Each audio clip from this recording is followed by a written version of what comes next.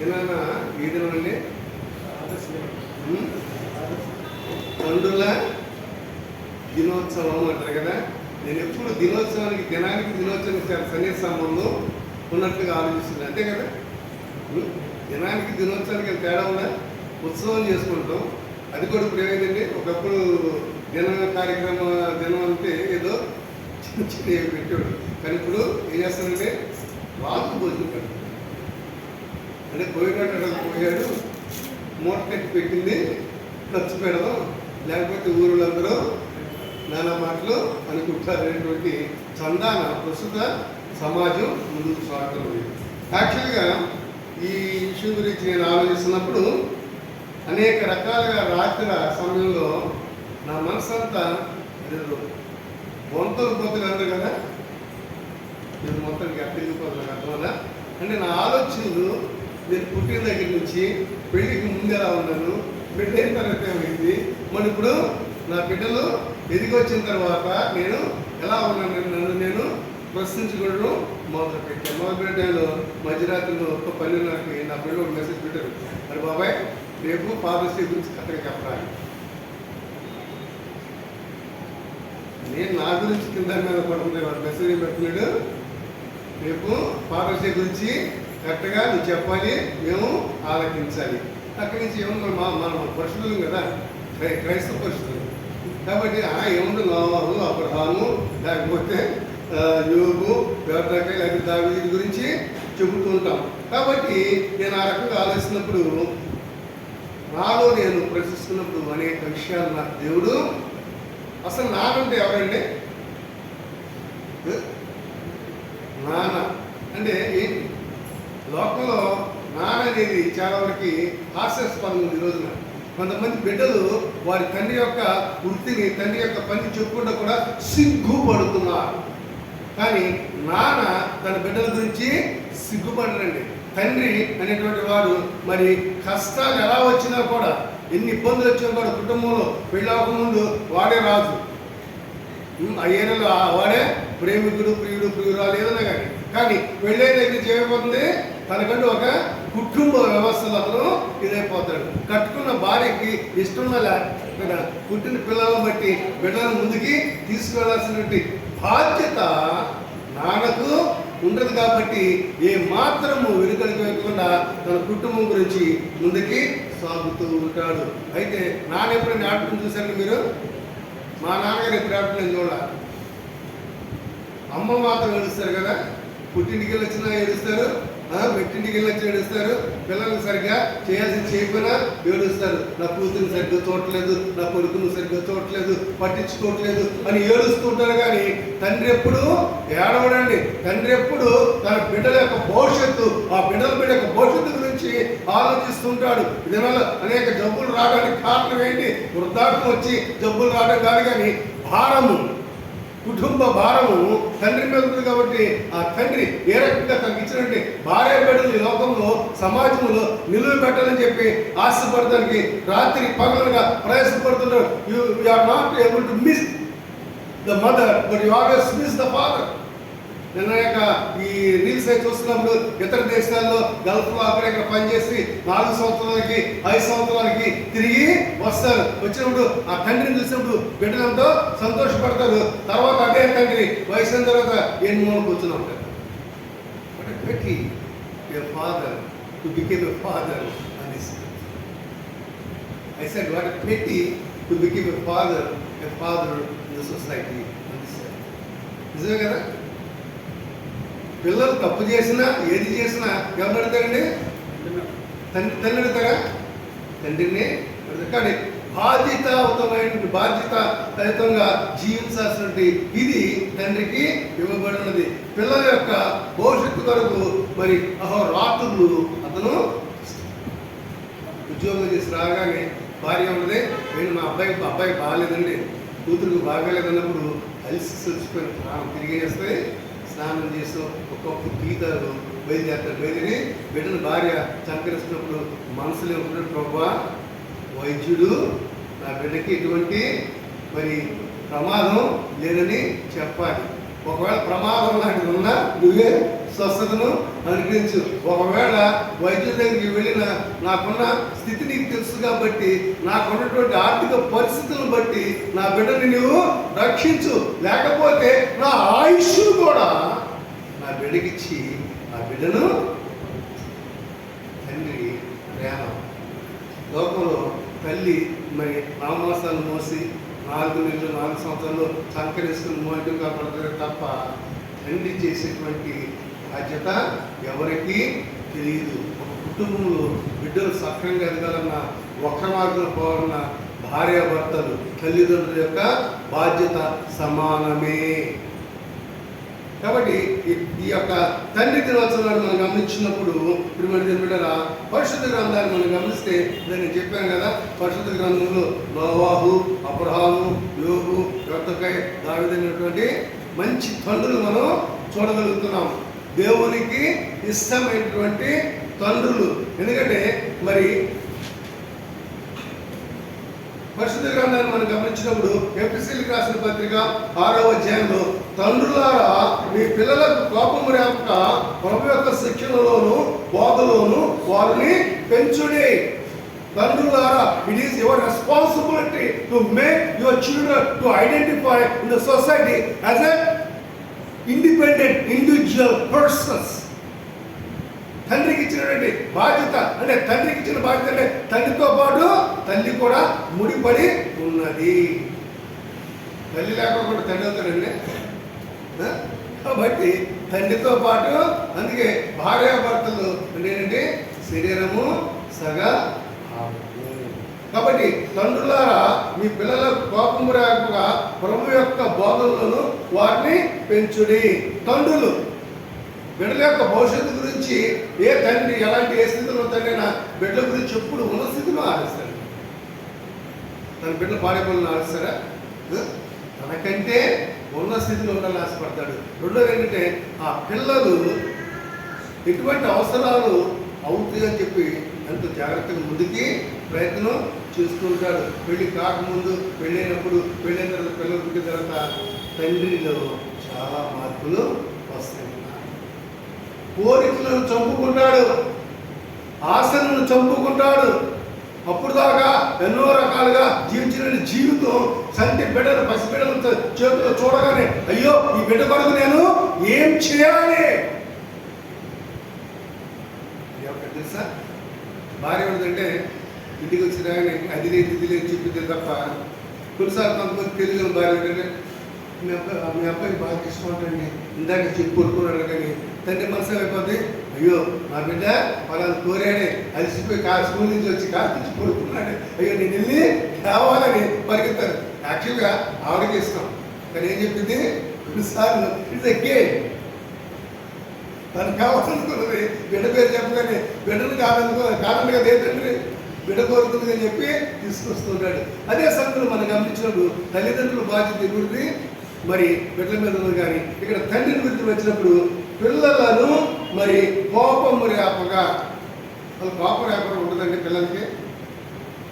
చిన్నప్పుడు ఆలనా పాలన చేస్తాం, ముందు వెలుగుతాం, బట్టలు మార్చుకుంటాం, ముగ్గురుసార్లు మంచి బట్టలు వేసుకుని పెళ్ళికి వెళ్తాం, సంక్రాంతి అది ఏం చేస్తాడు 1-2 రోజులు చేస్తాడు. చేసినప్పుడు కోపడతామా? అప్పటికప్పుడు వచ్చి ఎంతమందుకొని తీసేసి మళ్ళీ ఆ బట్టలు మార్చుకొని పెడుతుంటాం. లాభం It's not a blood relation, it's a relationship God has given with people as a parent. కన్న తల్లిదండ్రులు అవ్వచ్చు, పెంచిన తల్లిదండ్రులు అవ్వచ్చు, ఏ తల్లిదండ్రులైనా తల్లిదండ్రులు తల్లిదండ్రులే. కాబట్టి తండ్రి మరి చెప్తుందంటే పిల్లల కోపం రాకంటే పిల్లల భవిష్యత్తుని జాగ్రత్తగా చూస్తూ ముందుకి వెళ్ళాల్సిన బాధ్యత ఉన్నది. కానీ సాధారణంగా తల్లు పిల్లలు ఏమనుకుంటే మా అమ్మ లేకపోతే నేను లేనంటారు కదా. అవునా? ఇప్పటికి నేనంటే మా అమ్మ కోరికండి అంటే పెంచిన 9 మాసాలు మోసిన తల్లి, చంకనేసుకుని పాల్చిన తల్లి, గుడుగుడు అడుగులు చిన్న అడుగులు వేసేటప్పుడు ముద్ద పెట్టిన గోరుముద్ద పెట్టిన తల్లే కనపడుతుంది తప్ప నీకు గోరుముద్ద పాలు ఎన్ని తీసుకురావటే కానుడు తండ్రి కనపడడు, శూన్యం. కానీ దీని వెనకాల తండ్రి అనేటువంటి ఆ పదం, నానంటే పదం, నానంటే ఆ వ్యక్తి లేకపోతే ఆ కుటుంబ వ్యవస్థ లేదు. నేటి సమాజంలో ఏమన్నా సింగిల్ పేరెంట్స్, అది గొప్పగా చెప్పుకుంటే సింగిల్ పేరెంట్ అంటే నానమ్మ విడాకులు తీసుకున్నారు. 6 నెలలు నాన్న దగ్గర, 6 నెలలు అమ్మ దగ్గర, తర్వాత వాళ్ళు చెడిపోయేది రోడ్డు. ఎందుకు? తల్లి పెంపకం లేదు సరిగ్గా, తండ్రి పెంపకం లేదు. కానీ ఇక్కడ తండ్రిగా తల్లిదండ్రులుగా చేయాల్సినటువంటి మనం గమనిస్తే వాస్తవం ఏంటంటే తల్లే అనుకుంటారు కానీ వినడానికి చక్కగా ఉండదు. కానీ తండ్రి బాధ్యత లేకుండా పోతే ఆ కుటుంబము సర్వనాశనం అవుతుంది. కాబట్టి తండ్రికి ఇచ్చిన గొప్ప ఆధిక్యత పరిశుద్ధ గ్రంథంలో క్లుప్తంగానే చెప్తాను. నోవాహు మనం గమనించినప్పుడు నోవాహు 600 సంవత్సరాల సమయంలో జలప్రయాణానికి ముందు దేవుడు ఏం చేశాడు? నరులు వారి యొక్క మరి పాపపు జీవితాలు జీవిస్తుంటే దేవుడికి ఏమైంది?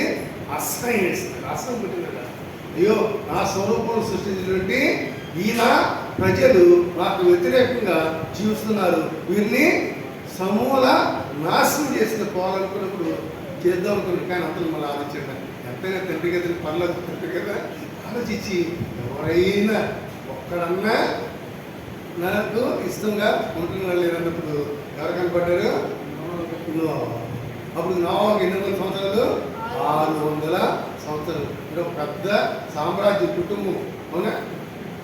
ఒకప్పుడు 14-15 మంది పిల్లలు ఉండేది, ఇప్పుడు 1,00,000 అవునా ముద్దు.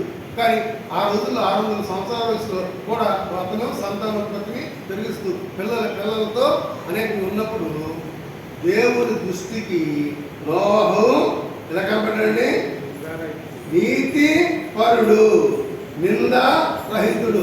అతని తరములో దేవుని దృష్టికి నీతిపరుడుగా, నిందారహితుడిగా ఉన్నాడు. దేవుని కృపను పొందినవాడు.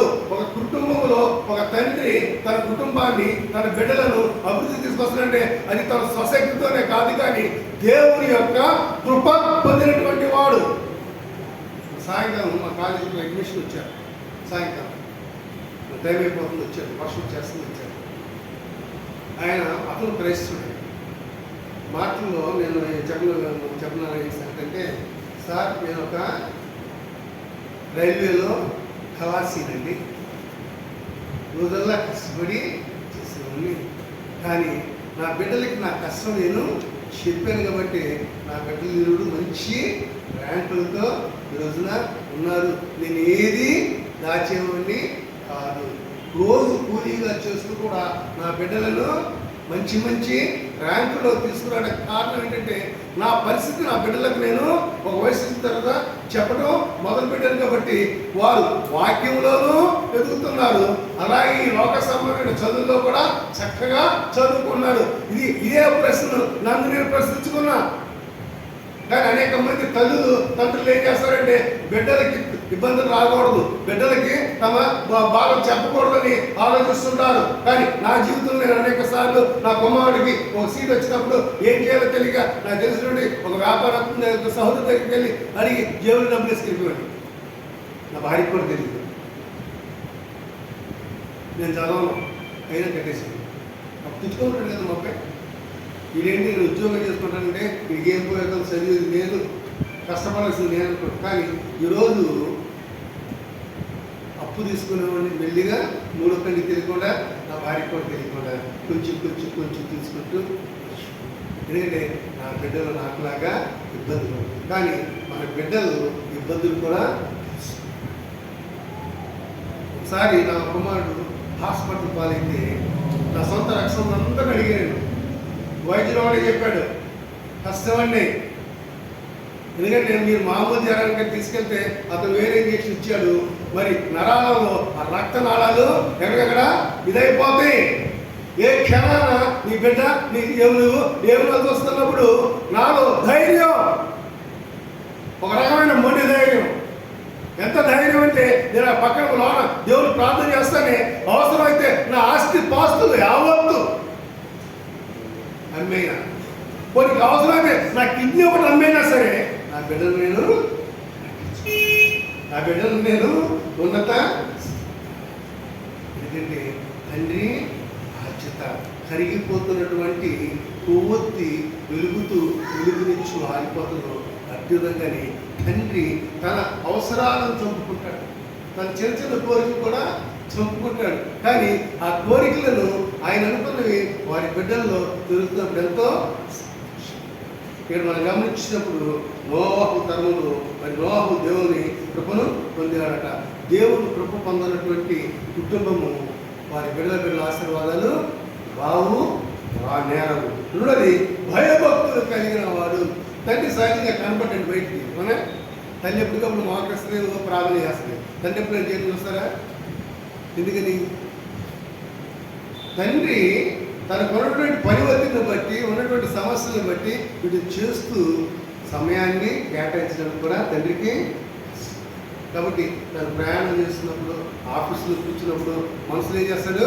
సమయం దొరికినప్పుడల్లా ప్రార్థన చేస్తూనే ఉంటాడు. కాబట్టి ఆ ప్రార్థన ఫలితమే వారి యొక్క బిడ్డల యొక్క జీవితంలో వెలుగుని, శాంతిని, సమాధానాన్ని నింపుతుంది. కాబట్టి తండ్రిగా నీతి పరుడై ఉండాలి.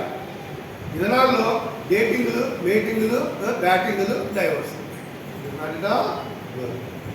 నువ్వు ఒకసారి తండ్రిగా, ఒక భార్య భర్తగా ముడిపడిన తర్వాత భర్తగా దేవుడు నీకు ఇచ్చినటువంటి ఆ బిడ్డను ఒక తండ్రిగా నువ్వు చేయాలి. చక్కగా పద్ధతి ప్రకారం నువ్వు జీవిస్తూ ఈ బిడ్డలను పెంచాలి. నిందారాత్రిగా ఉండాలి. మరి నోవాహు మనం గమనిస్తే ఎవరితో నడిచాడండి? మనం ఎవరితో నడుస్తున్నాం? చిన్న తేడా అంతే. ఆయన దేవుడితో నడిచాడు, మనం దేవుడితో నడుస్తున్నాం. దేవుడికి దేవునికి పెద్ద తేడా లేదు. మన కదా, ఆయనేమో దేవుడితో నడిచాడు, మనమేమో దేవుడితో నడుస్తాం. కానీ లాస్ట్ అంతా పర్వ ప్రార్థన చేస్తాం కదా. అయినా దేవుని మహాకృపలో కుటుంబాలు విచ్ఛిన్నం కాకుండా దేవుడు ఏం చేస్తున్నాడు? దినదిన అభివృద్ధి పొందిస్తున్నాడు. ఎందుకంటే ఒంటరిగా పిలిచినటువంటి మరి అబ్రహాం ఏమన్నాడు? దేవుడు నీ బిడ్డని జనాంగాన్ని చేస్తానన్నాడు. ఈ దినాన క్రైస్తవ మన కుటుంబాలు చూడండి, ఎంతమంది ఉన్నారండి. ఒకసారి మన తాత మొత్తం ఊర్లు వెళ్ళి అనుకోండి, అత్తింటోడు, మేనత్తోడు, అది అది ఇది అని చెప్పి ఒక ఊరులోనే ఉండవాలి. అంటే ఆశీర్వాదం దేవుడు ఇస్తాడు. ఎందుకంటే తండ్రి ప్రార్థన జీవితాన్ని బట్టి. అలాగే రక్షింపబడి ఉండాలి. దేవుని చేత రక్షింపబడిన వాడు. ఒక కుటుంబము రక్షింపబడాలంటే తండ్రి, నాన్న అనేటువంటి వ్యక్తి రక్షణలో ముందుకి సాగాలి. బాహ్య ప్రపంచానికి తెలియకొచ్చాం, కానీ అంతరాత్మ ఆంతర్యముగా దేవునితో ఆత్మీయతలో అంటుకట్టబడినప్పుడే పిల్లలు ఒలివ మొక్కలే. What a blessing God has given to us. అనేక సార్లు నేను అనుకుంటాను, నేను పుట్టాను, ఒక వయసు వచ్చిన తర్వాత నేను కాలం చేస్తాను, కానీ నేను చేస్తాను తప్ప నా వంశం, నా బిడ్డలో, నా రూపంలో, నా ఇంటి పేరు మీద, ఏదో ఒక భూమి మీద ఆయన వచ్చు పర్యంత వరకు ఆయన మనల్ని ఆశ్రయించిన దేవుడు, మనల్ని నిలవబెట్టేటువంటి దేవుడు.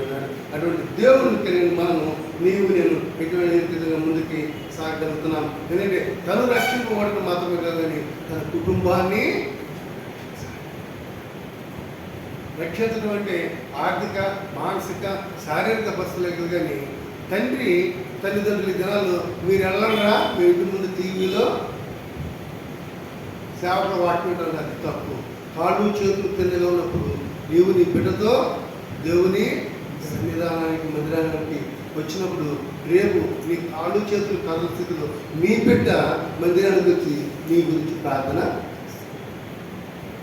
కోట్లు ఏమి ఒక్కర్లేదండి, కష్టం కూడా తెలియాలి పిల్లలకి. తెలియకపోతే ఏమవుతుందంటే వారికి డబ్బు విలువ తెలియదు. నేను సార్లు మా బిడ్డ ఆయన కోరుకున్నప్పుడు తెచ్చేవాడిని, తెచ్చినప్పుడు ఖర్చు చూసి భయపడి ఏం చేస్తుంటే నేను నేర్చుకున్నాను.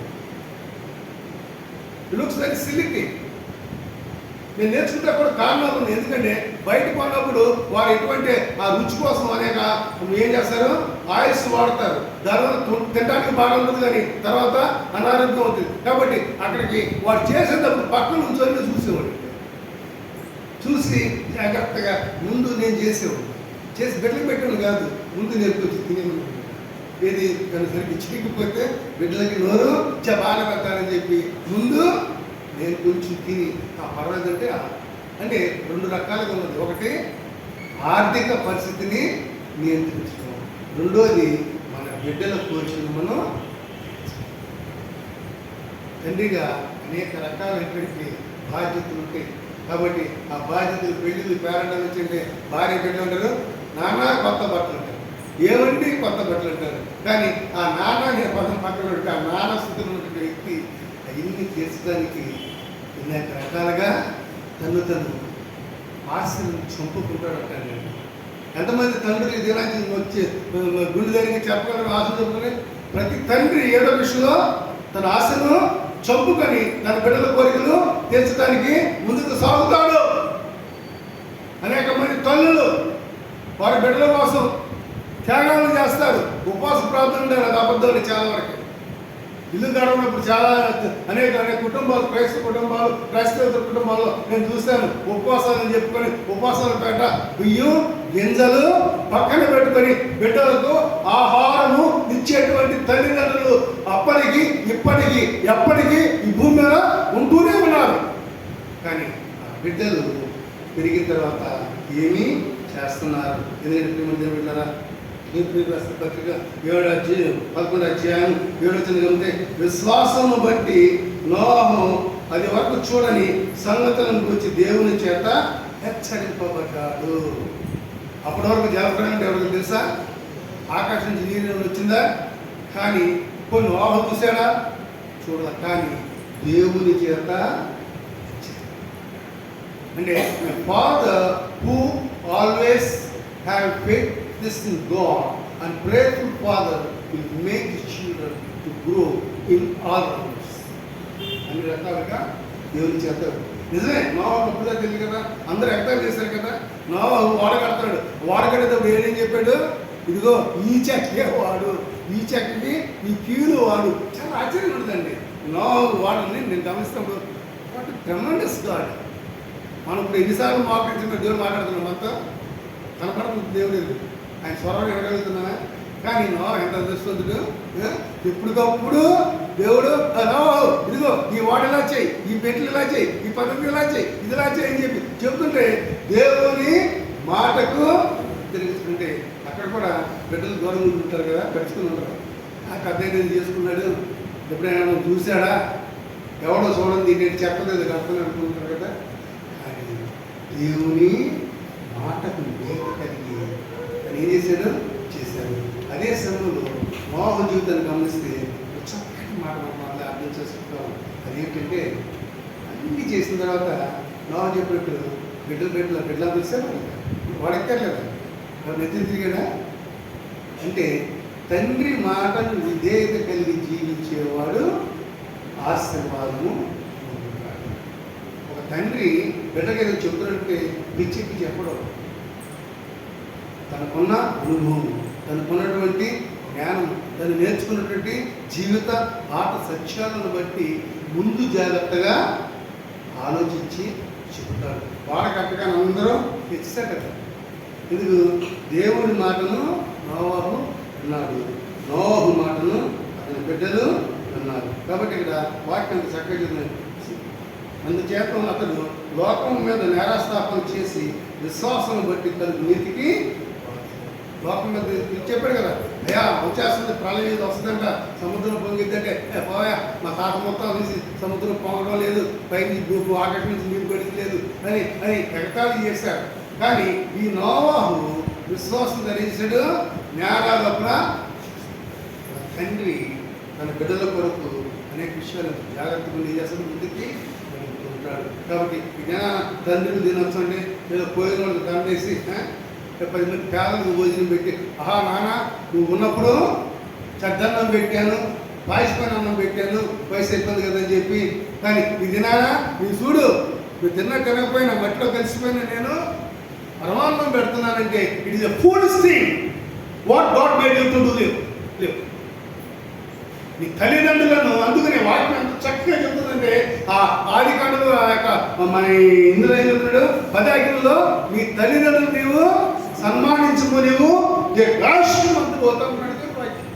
అంటే సన్మానించమంటే ఇది ఎగేసి దిగేయమని కాదు. అక్కడ వృద్ధాప్యం వచ్చినప్పుడు వారు నిన్ను చంటి పెట్టలుగా నువ్వు ఉన్నప్పుడు నీ ఆలాపాలన చేసుకుంటావు. వారు వయసు మీరిపోయి వృద్ధాప్యంలో చంటి పెట్టలుగా ఉన్నప్పుడు you must do the duty what they have done in your life. చిన్న ముద్ద నా తండ్రి గారు మెట్లు పక్కన గదిలో ఉండేవాడు. నేను మెట్లు ఎక్కువ వస్తున్నప్పుడు చూస్తూ ఉండేవాడు. కొంచెం నా మొహం ఏదో ఉంటే నేను ఒకసారి రాను కూర్చొని ఏనా నేను వరి అవుతుందంటే అది కానీ ఇదంటే ఇల్లుగా ఇచ్చేసి ఏం మాట్లాడాను కాదు. తర్వాత ఒక గంట అయిన తర్వాత నేను పైకి రా అని చెప్పి అరే తీసుకెళ్ళాను. తీరా చూస్తే నాకు కావాల్సిన ఏమీ లేదు. నా తండ్రి చూస్తుంది అంటే మనసులో బాధపడాను, చాలా బాధపడాను. నా తండ్రి విషయం నేను సంపాదించి పోషించే స్థితిలో నా తండ్రి వృద్ధాప్యం కూడా నాకు ఆధారంగా. అందుకే ఈరోజు నేను ముఖాముఖి చెప్పగలను. నా తల్లిదండ్రులు ఆఖరి వరకు నేను వారిని చెప్పాను. చెప్పాలంటే నా జీవితంలో అనేక అవకాశాలు నాకు వచ్చినాయి. ఆ అవకాశాలు కూడా నేను పెంచలేదు. ఎందుకంటే వాక్యానుసారంగా నేను జీవించినప్పుడే నాకు పుట్టిన బిడ్డలు ఈ లోకంలో ఆశీర్వాదకర్తలుగా అవుతారు. కాబట్టి ఒక తండ్రి తన బిడ్డల కొరకు అనేక తలంతున్నా కూడా వాటిని ఏం చేస్తాడండి? మరుగున చేస్తాడు, పెంట గుప్పలో పడేస్తాడు. దేశంగా దేశాన్ని కోట్లు సంపాదించగలిగి కూడా తన బిడ్డలు తనకి ఇష్టం కాదు. నా కొనదాలని నా బిడ్డల్ని పెంచాలి అనే స్థితిలో ఉంటే మరి అటువంటి తండ్రిని, అటువంటి తల్లిదండ్రులను మనం ఏ రకంగా చూసాము. ఎన్ని రోజులు కొనుక్కి ముందు ధైర్యంగా చెప్పగలను. నేనేమి నా తల్లిదండ్రులకి నేనేమి నా కష్టాలు పెట్టలేదండి. చనిపోయే వరకు కూడా నా తల్లిదండ్రులు నాకు పెట్టారు. అయినప్పుడు కూడా వారి ఆఖరి దినాల్లో దేవుడు నాకు ఇచ్చిన ఆధిక్యత. అనేక మంది అనేక రకాలుగా సూటిపోటి మాటలు అనేకమన్నారు. But I need only one thing. The scripture says I must obey. పరిశుద్ధ గ్రంథం నాకు ఇలా చెబుతున్నది, దాన్ని నేను దాటను గాక దాటను. Can you say what I say? చెప్పగలవా ధైర్యంగా? నా తల్లిదండ్రులకు నేను చేయగలనా? ఇది నేను చేశాను. ఎందుకంటే తిరుగుబడి బిడ్డరా, నేను ఒక చిన్న ఇది చదివాను. ఎందుకంటే ఒకసారి కోర్టుకి ఒక నడి వయసు ఉన్నటువంటి స్త్రీ వచ్చి ఆ యొక్క న్యాయస్థానంలో జడ్జిగా అడుగుతుంది, అయ్యా నా కూతుర్ని నేను మార్చి పని చేసుకుని దాన్ని నా భర్త ఎందుకు ఏ పని చేయలేదు, ఆ పాచి పని చేసుకున్నటువంటి ధనంతోనే నా కూతుర్ని చదివించాను. మంచి చదువు చదివింది, బాగా చదువుకున్నది, పెద్ద ఉద్యోగం వచ్చింది. ఉద్యోగం వచ్చిన తర్వాత మా ఆయన ఉద్యోగం వచ్చిన తర్వాత కూతురు మా ఆయన కుదురు ఆ యొక్క న్యాయాధిపతి అక్కడ అంతా పరిశీలిస్తే ఆ కూతురు అక్కడే ఉంది. సరే ఆ కూతురు పిలిచి బోన్లో నిలబెడితే ఆ పిల్ల ఏముందంటే, నా కష్టాలతో నేను చదువుకున్నాను, వాళ్ళకి పెట్టింది ఏమీ లేదు, కన్నందుకు ముద్ద పెట్టారు, నేను చదవకపోతే అది చదివించగలరా? కాబట్టి నా కష్టంతో నేను చదువుకున్నాను. I'm major. ఇప్పుడు ఎవరిని యుక్త వయసు వచ్చినటువంటి దానిను నాకు ఇష్టమైన వాడిని నేను పెళ్లి చేసుకొని వెళ్ళిపోయాను. వీరికి నాకు ఎటువంటి సంబంధం లేదు. పాచి పనులు వేసుకొని చూస్తే మరి మీ తండ్రి ఏంటంటే, అయ్యా తండ్రి నడవలేని స్థితి అంటే తీరా చూస్తే మూలన అంగవైకల్యంతో ఉన్నటువంటి ఆ తండ్రి రోధిస్తూ ఉన్నాడు. ఆ జడ్జి చూసి లాభం లేదు, మరి న్యాయ హద్దులు ఉంటాయి కదా, మేజర్ అయిన వాళ్ళు అడగటం లేదు కదా. కాబట్టి అమ్మ ఒకసారి మీ నాన్న మీ అమ్మ మీ నాన్నతో గంట మాట్లాడి దేశంగా చెప్పంటే గంట తర్వాత మన భూమిలోకి వస్తే తల్లి ఉందంటే, అయ్యా బిడ్డ ఎక్కడున్నా క్షేమంగా ఉండాలి, బిడ్డ ఎక్కడున్నా క్షేమంగా ఉండాలి. మా పుట్టినందుకు మేము ఒక ఉద్యోగం దాకా మా ప్రయాసం మేము పడ్డాం, ఇక్కడి నుంచి తన క్షేమంగా ఉంటే చాలు అంటే ఆఖరిగా పోయి తండ్రి తన మనసు కలిగితే చెప్పి ఆ తండ్రి దగ్గరికి వెళ్ళమంటే వెళ్తున్నాను, వెళ్ళొస్తాను కదా, వెళ్తున్నాను. నాన్న అనే పదం లేదు. ఎందుకంటే అంగవైకల్యంతో ఉన్న వ్యక్తి తీరా చేసుకుంటే భార్య పరీక్ష పనులు చేస్తుంటే కుట్టుకుంటూ వెళ్ళి రోడ్డు మీద నిలబడి అడుక్కొని యాచించిన డబ్బులతో ఆ బిడ్డకు వస్త్రాలు అవసరం తీర్చినటువంటి తండ్రి తిరిగి వెళ్ళడానికి కూడా దండలేక జడ్జి గారు 1000 రూపాయలు ఇచ్చారట. ఇచ్చినప్పుడు మళ్ళీ మీరు ఏం చేస్తారంటే, అయ్యా తిరిగి మా గ్రామానికి వెళ్ళిపోతాం, మా పని మేము చేసుకుంటాం. ఆ మనం చంపలేరు కదా. కాబట్టి నేటి తరం బిడ్డలు ఎలా ఉన్నారంటే, ఒక వయసు వచ్చిన తల్లిదండ్రుల్ని, వృద్ధాప్యంలో ఉన్న తల్లిదండ్రుల్ని వేస్ట్ కొలుస్తాను. జాగ్రత్త, నీకు అదే వయసు వస్తుంది. ఏ కొలత నువ్వు కొలుస్తావు అదే కొలత దేవుడు కొలిచే దేవుడు. జాగ్రత్త. నీ బిడ్డను నీవు ఆత్మీయతలో పెరిగితే, నీ బిడ్డలు ఆత్మీయతలో పెరిగితే, దేవుని శిక్షలో పెరిగితే, దేవుని ఆత్మ వారిలో ఉంటే వారు నిన్ను ఏ రకంగా చూడాలో ఆ రకంగానే చూస్తారు. లేకపోతే వారికి ఉన్నటువంటి ధనధాన్యాన్ని బట్టి, చదువును బట్టి, ఈ దినాల్లో ఎంత చదువుకుంటే అంత గర్వస్తులు ధరిస్తున్నారు. తగ్గింపు స్వభావం లేదు. బిడ్డల వల్ల మానసిక క్షోభ, ఆత్మీయ క్షోభ, శారీరక క్షోభ పొందినటువంటి క్రైస్తవ కుటుంబము ఈ భూమి మీద లేదు. It is my statement. రాత్రనగా, పగలనగా, కష్టమనగా, మరి నష్టమనగా నీ కష్టపడి నీ బిడ్డల్ని పెంచితే, నీ బిడ్డలు వచ్చినటువంటి ఆ యొక్క రెక్కలు వచ్చి ఎగిరిపోతున్నాడు తప్ప ఆ రెక్కలు ఎవరో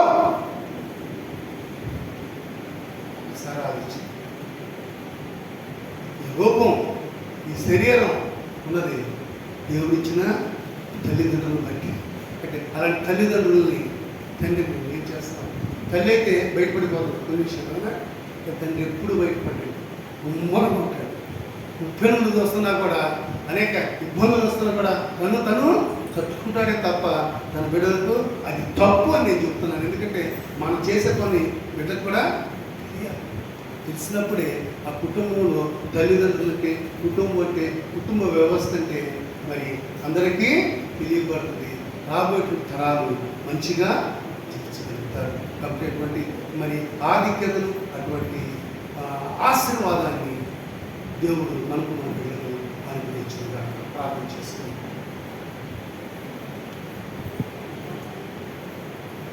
మహాపరిశుద్ధుడు మా పనులకు తండ్రి, నీ ఘనమైన నామానికి చెల్లించుకుంటున్నాను ప్రభావ. తండ్రి దినాన తండ్రి ఆయన నిలుచుకున్నాడు. తండ్రి సన్నిధానంలో అయా ఒక కుమారుడుగా, ఒక తండ్రిగా అయా నేను నాకు ఇచ్చినటువంటి ఆధిక్యతను బట్టి చెల్లించుకుంటున్నాను. అవును ప్రభావ, నీ ఆత్మను నాకు అనిపిస్తావు తండ్రి. పరలోకపు తండ్రి, నడుపుతున్న తండ్రి, లోకపు తండ్రి చెప్తాము. మరి బిడ్డలు కూడా వారి యొక్క తల్లిదండ్రులను బట్టి ఆయన మరి వారు ఏమన్నా వృత్తికి అవకాశాలు ఇచ్చండి. వాటిని ప్రతినిధులు మీ కుటుంబాన్ని మీరు వారితో మాట్లాడి మీ కుటుంబం ముందుకు పైన చేసుకున్నాను. యేసుక్రీస్తు పరిశుద్ధ నామమున కొంచెం